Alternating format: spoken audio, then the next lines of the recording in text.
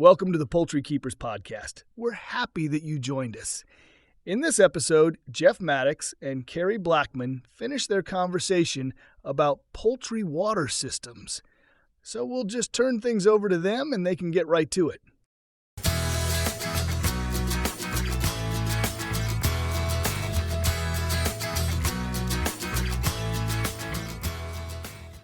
This is a part of my nipple line part of my cut line that I have in some of my individual pens. I don't even know how many of those I have. I have a lot, but I run 1/2-inch PVC along the back of them because they're in a straight. Well, on this group, they're on the back because the sun is on the front side of the pen. On another one, they're on the front side because the sun's on the back side. I did that just to keep the line out of the sun as much as possible, try to keep the temperature down, but they love it. The water flows through. These cutoff valves that you see on the other side, I have those things everywhere, lots of them. The ones that I purchased they're designed for rabbit stuff because of the size tube that I'm using. It all goes right on there. I'm using a 800 gallon per hour pump, which is a bit much. A 600 will work. The smaller system that I'm going to be putting together in the next couple of weeks for the other side of my yard, I'm going to use a 600 pump. But the key on it is to make sure you've got at least 5 or 6 foot of rise. And that's one of the things in the pump that it has in the specs, because if the water won't go uphill, you're going to wind up with problems. But so that's how that is. And here you can see where in the edge of the drum, I cut a notch out. That is a power cable that goes down for the pump. And that's water coming in. And you can see the tube feeding the line coming from the pump in the bottom. And that's what it looks like looking down. The green blurb is the pump. The float valve that I have in the drum, because I like to automate as much as possible with water. Birds run out of water, you're going to have a problem really quick. They run out of food, they'll live for a day or two. Depending on the population of your pen, that'll be how long they can go before they start pecking at each other. That is what it is. The Rent-A-Coop brand or type float valve is probably one of the better ones that I found. I did not try to use a toilet bowl style float valve, but I know a lot of people that have with great success. Back here, you can see where the water line comes in. I've got a freeze miser. That's to keep my hose pipe from freezing on a Y connector going into it. Let's see here if we have any questions. Oh yeah, cups do get really dirty, especially those big ones. And with the ones that have the yellow piece in the middle, they're probably not an inch, maybe an inch and a quarter at most at the opening. And I thought some of my large comb birds, my Rhode Island Reds and my American Breast, might have problems. Nope, no issues. So that worked out really good. They do like the nipples. Rob likes them. They're not much to break. That's true. From China, they're like 40. Yeah. The nipples are not bad at all. If you order them from China, even if you order a couple hundred of them, the shipping will be about as much as the nipples themselves. They're still not that expensive. Yeah, the cups, they break. Standard says, hello, Jay. Let's see. The high heat strategy, again, shade your waters, keep them out of direct sunlight. You know, when you look at your birds at 2:00 in the afternoon and you see where they are, that's where your water should be. Because, 2, 3, that's when it's going to be the hottest and they're going to be in the shade. If their water's not there, they're not going to drink it. If I'm really hot and I'm outside working and I sit down in the shade to take a break, I'm not going to walk 50 feet to go get hot water. Not doing it. They won't either. Flush your lines midday when it's hot. At the very end of my line, I actually have a tube put there and a Y adapter with a ball valve on it, and I can cut it off from going back to the tank and just shoot it out down the hill. I did that so I could let, if it got hot, I could let the hot water out. I also have, my plan is to raise the drum up about 4 feet off the ground, and I'm going to put a valve in the bottom, like not the very bottom, about 2 inches off the floor. That way I can put a Y adapter in the line that feeds it. And if I lose power, my battery backup dies, my pump stops circulating, gravity will take water to the cups and the nipples. That's there. And also I'll be able to dump that thing before I let it fill up and put ice in it during the summertime. Anything else you could think of for a high heat strategy, Jeff?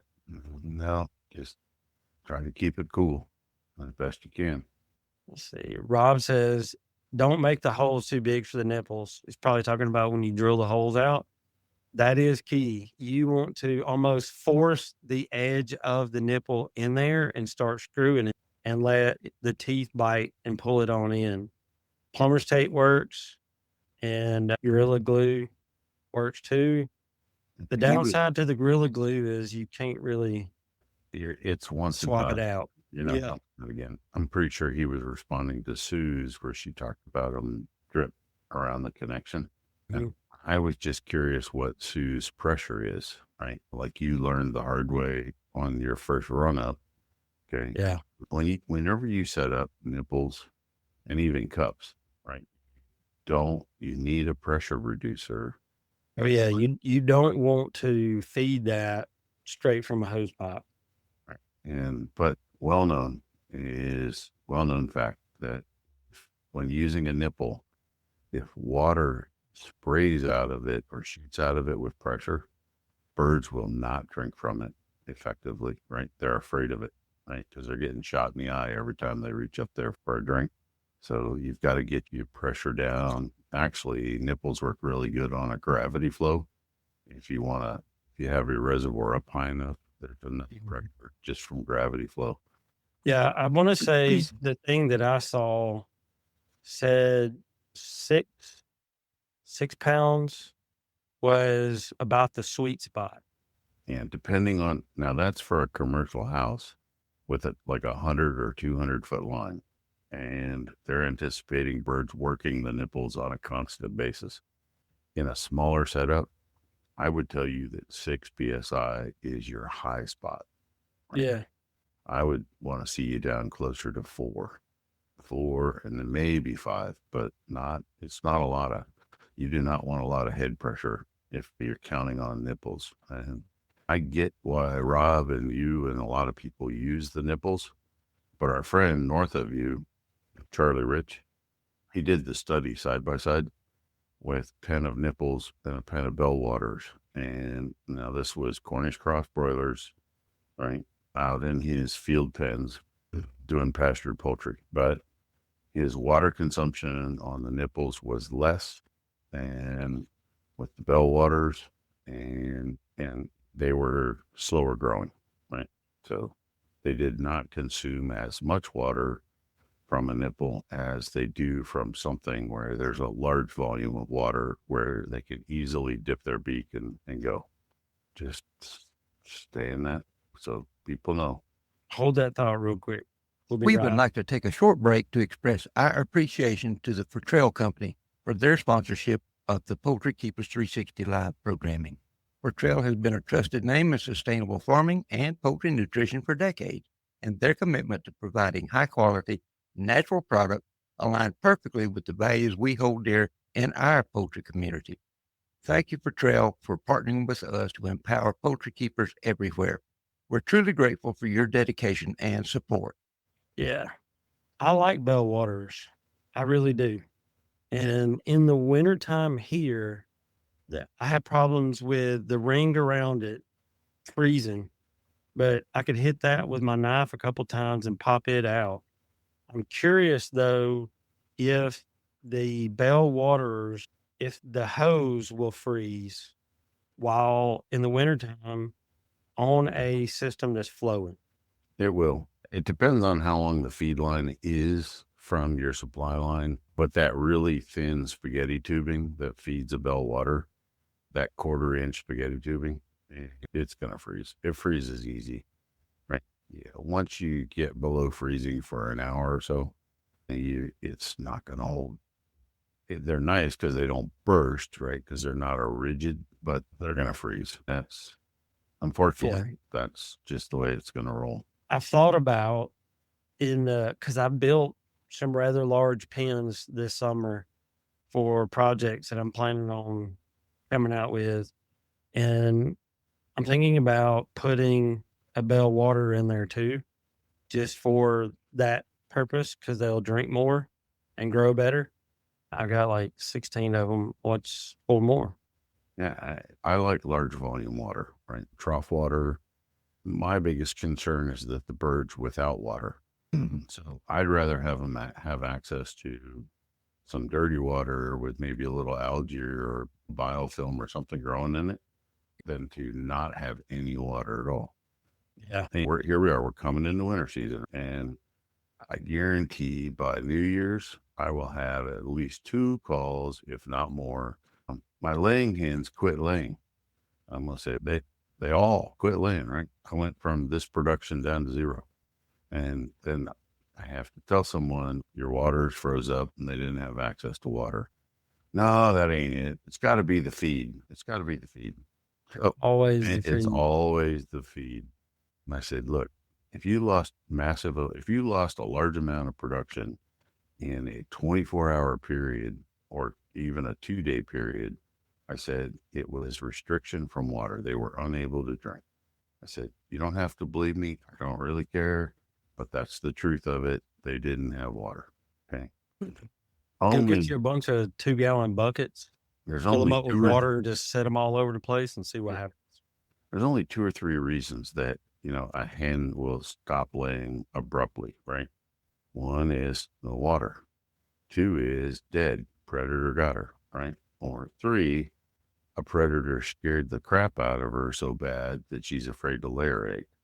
Yeah. Those are the top 3 reasons why.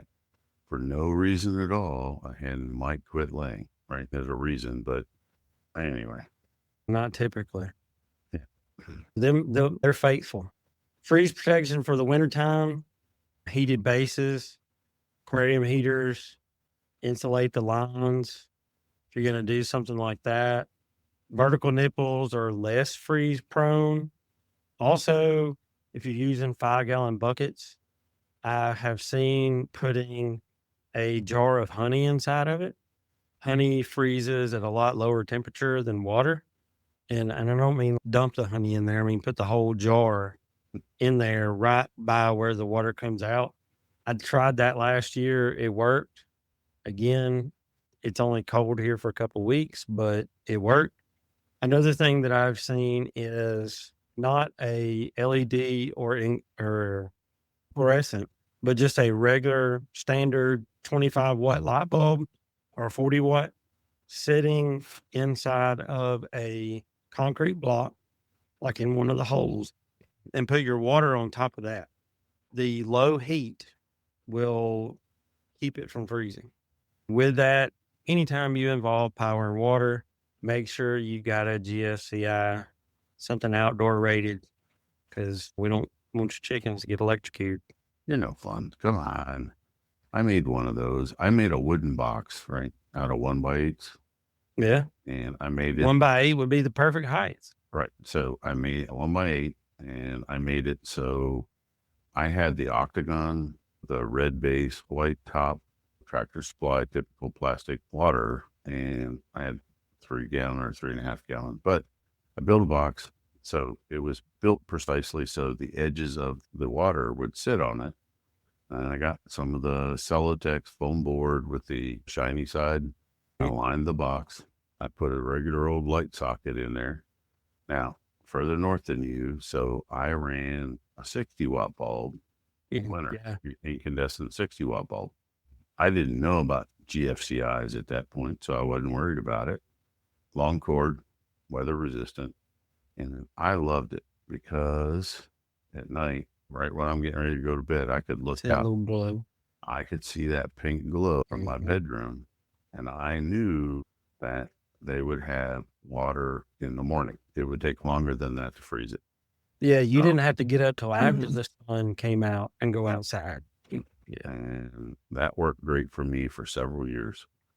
Just simple. Yeah. And I cut a piece of plywood for a bottom, so it was all enclosed. Yeah. Now, downside is when you lift the water off of there, okay, if any water hits that incandescent bulb, you're replacing the bulb.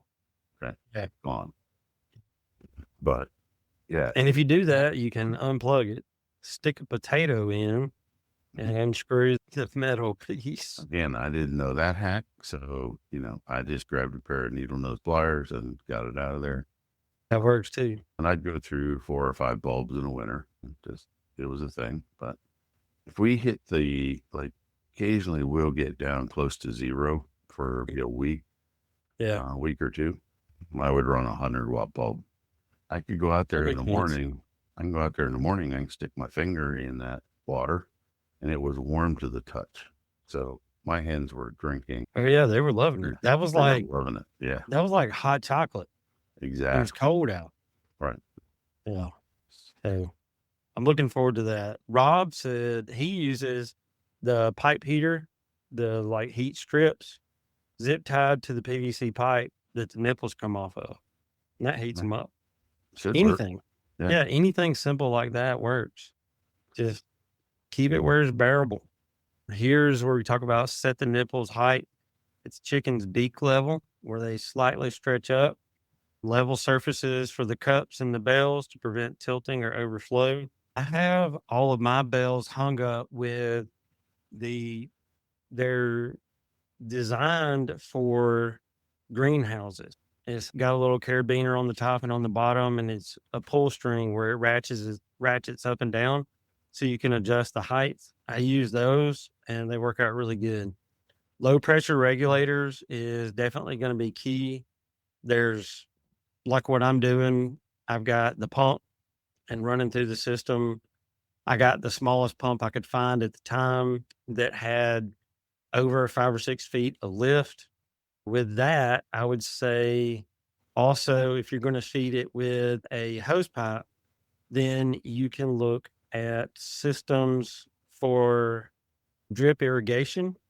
There's a reducer that you can get. It only takes it down to 25 pounds, which is still a lot, but it won't make your stuff leak 40, 50 pounds, 60 pounds, whatever you got. So you can do that, but ideally gravity works great. If you're just going to have it, put your container 4 feet up off the ground, and that should be. But you can do your recirculation. The gravity's all fine, depending on where you live. But the recirculation system that you're working on, is you can now heat it in the winter. Yeah. You have one heater, and you could put any stock tank heater in there that you wanted to. Yep. Or you can put huge ice chunks in it in the summertime and not have to worry about it. And that's a key thing. There's a lot of people in my house, and we've talked about getting a commercial ice machine, a small one, because my wife found a refrigerator that she absolutely loves. It's got plenty of room in both sides, but the ice maker in it absolutely sucks. It's horrible. We've looked at that and I'm like, shoot, if I get one of those, I can just get a couple 5-gallon buckets of ice and it'll be back in a couple hours. Let's see what else we got. Sanitation checks. You're going to want to visually check your water in any kind of reservoir system to make sure it's clean, make sure it's good. Descale it, run some vinegar through there, bleach. I like vinegar or bleach because with vinegar doesn't leave behind a residue, and it also cleans and sanitizes really well. Bleach does too, Bleach will off gas in less than 24 hours and be safe. If it's summertime, it'll actually off gas in less than 12. That works good too. Let's see here. Joy says, in cooler temps, if I use a 3-gallon trough ring water, how often should I completely change the water out? I would say if it freezes. 3 gallons she's got 9 or 10 chickens, so they should empty it on their own about every 5 days. Yeah. It doesn't let light into it. I don't know that you need to do a complete clean out on it. Probably You not. do. I would say once a week or once every 2 weeks, do the clean out where you're cleaning it out and doing something of a sanitation point, but should be able to keep filling it up. Wash it on the weekends or something when you're off. Yeah. She's up to 17. My math is way off. Yeah. See, 17 times 8, 136. That's a gallon a day. It's only going to last 3 days. Yeah, she's probably going to be filling it up every 2. Yeah. Winter's coming, so she might get 3 out of it. Yeah. And it is heated. They'll drink more because of that. Yeah. So she's going to fill it every 2 days, 2.5 days. If you have wet litter, you got a leak in a cup or a nipple, tilt it, replace it, check it out. Might just need to be cleaned. Sometimes with some of the cups, you can get some crap back in the spring mechanism. I've shot them with hose pipes and fixed them. So anything like that, if your birds aren't drinking, check the height. It could be too high, too low. Prime the nipples, tap the nipples. If you get any kind of water and any kind of air in the line, it can cause it to stop. It's aggravating, but sit there and tap it. That's actually what I did to get mine to use it. And while I'm sitting here priming the darn thing, some came over there and they were like, hey, what is that?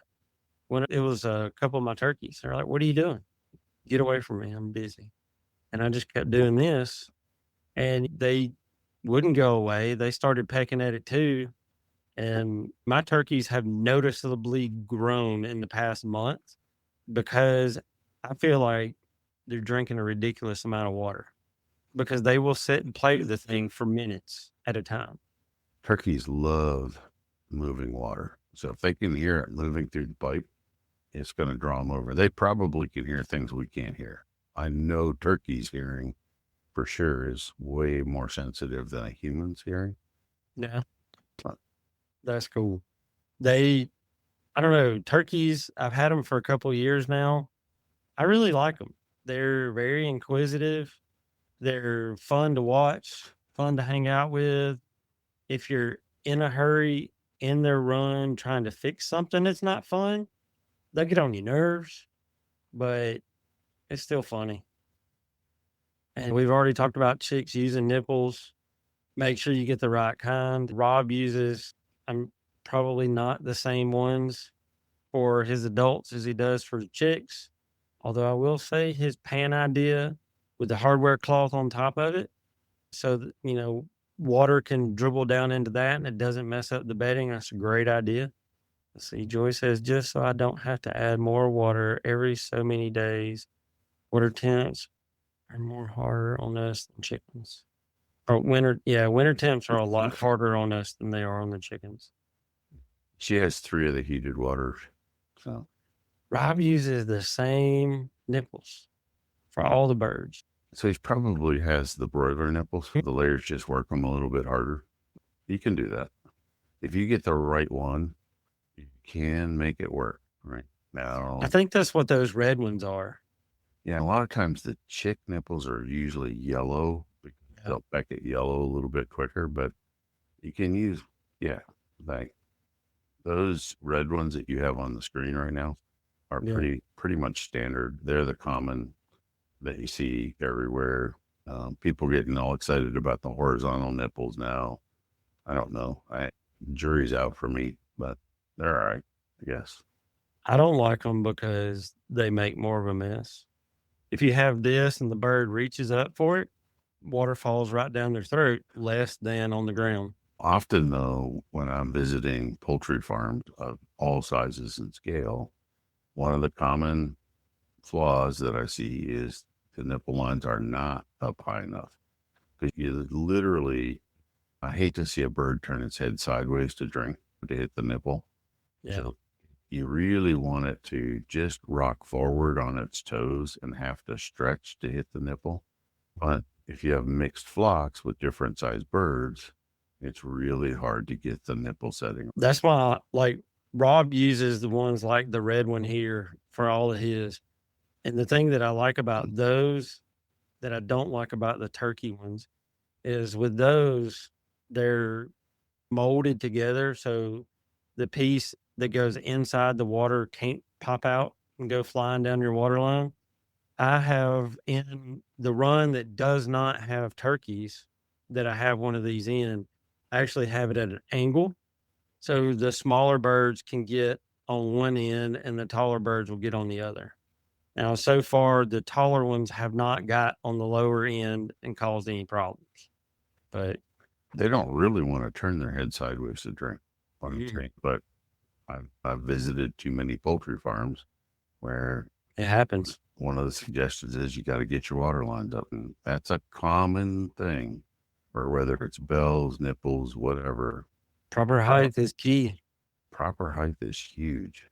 If you're tired of changing bedding and cleaning out and all that other stuff, feeder and water height is huge. Yeah, it is. For me, it was hard because I was like, I don't want my birds to have to struggle. But when you set it to where they almost have to reach for it, yeah, they don't put a lot of crap in it. And they still drink a lot. Does anybody have any questions? All right. With that, we had a great show. Thank you for joining us for another Poultry Keepers Podcast episode. We'll be here next Tuesday with a new episode and topic. We hope you'll join us then. Until then, keep learning, keep improving, and keep enjoying the birds you love.